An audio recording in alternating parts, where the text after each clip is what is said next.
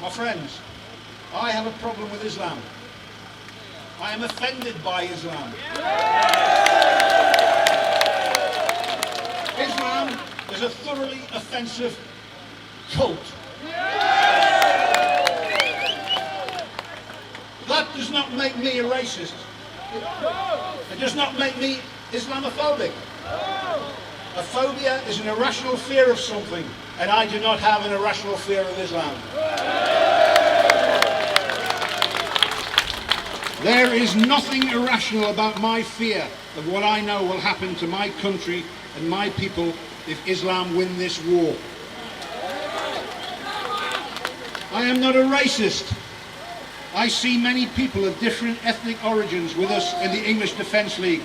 I am happy that they are with us.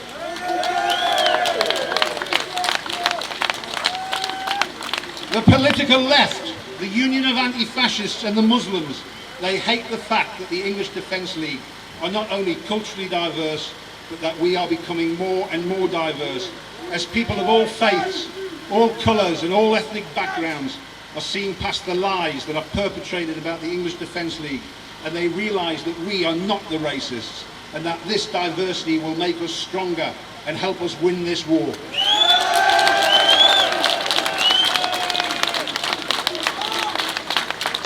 My friends, make no mistake, we are at war, and it is a war that we must fight and win in these islands.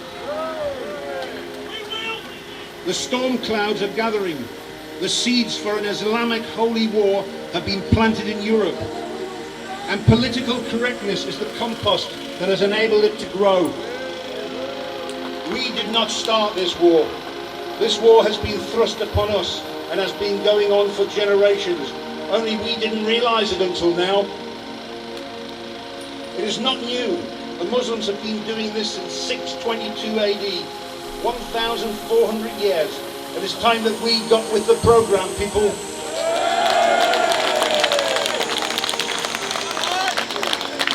Islam is calling for a holy war against all non-Muslims, and it is a fact that Islam is responsible for 75% of all the world's violence.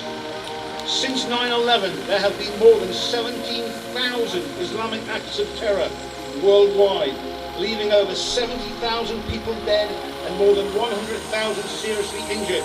And that does not include the thousands of people murdered and maimed by Sharia law. Our political leaders still do not know there is a war going on, or they do not want to know. It is something that scares them. Fascist, Islamophobe, racist and Nazi. These are words that scare and paralyse our politicians into doing absolutely nothing. Be sure of one thing, my friends. Our politicians appease Islam because of fear. Not only do our political masters not protect us from the scourge of Islam, but they also betray our fighting men and women in Afghanistan. They don't give our military commanders the equipment our fighting men and women need, but they constantly interfere with the military decisions, thereby tying one hand behind our military commanders' backs.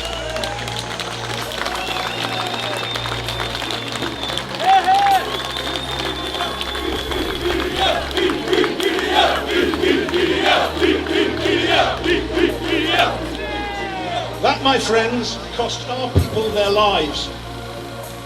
Our fighting men and women give to the British government a blank cheque for their lives.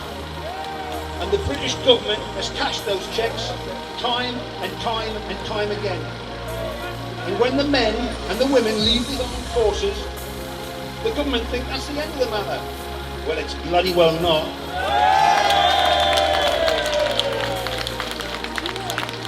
We have a mental health problem amongst ex-servicemen and women due to combat stress. They see and they do things no one should have to see or do, and they all deal with it differently. If the government deny this, which they have done, then I say to them, look to the Falklands War. More veterans from that war committed suicide than died in combat. War affects people, and that is the simple truth. Our politicians most of which have never served, never been under fire. They send our young men and young women to fight in a war they themselves would not, if given the chance, fight in. If our men make mistakes when they come home because they're suffering from post-traumatic stress, our government puts them in prison. It's cheaper than helping them cope with their problems.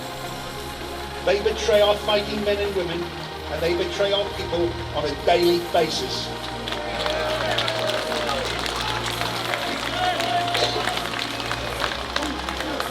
These islands of ours, they've saved the world twice in modern times. 1914 and 18, 1939 and 45. The British people and the men and women of the former empire saved the world in those wars, and the Muslim fanatics know that they must defeat the British people in these islands if they want to win in Europe.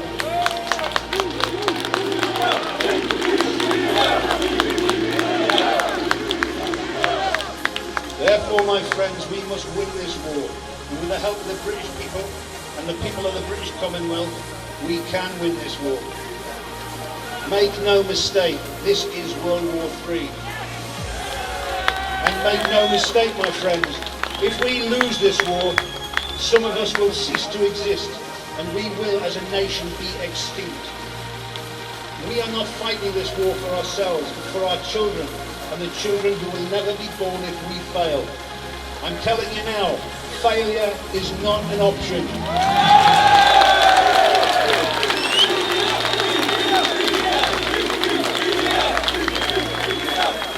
Our enemies have a different reality to us. We must understand that reality. Our enemies' reality must become our own. We must accept their reality, and by doing that we can defeat them. It is time that the media put aside its bias against the English Defence League, against the Christians and against the Jews. It is time to start telling the truth about Islam and about us. I have a warning. I warn the media who cry out about the freedom and independence of the press. If you do not start telling the truth, the whole truth, without the prejudice against the patriots,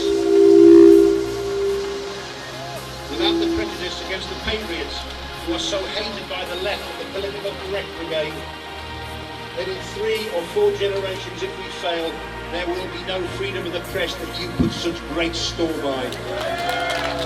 There will be no freedom, period.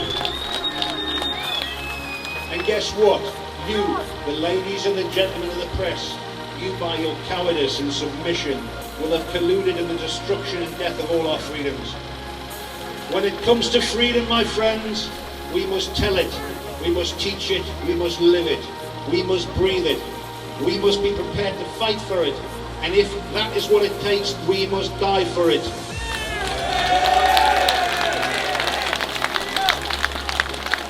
This is the only way we can guarantee freedom for our children and for the countless generations of our children who will never exist if we fail. Our children's future is in our hands today. I say it again to all of my friends out there. Failure is not an option.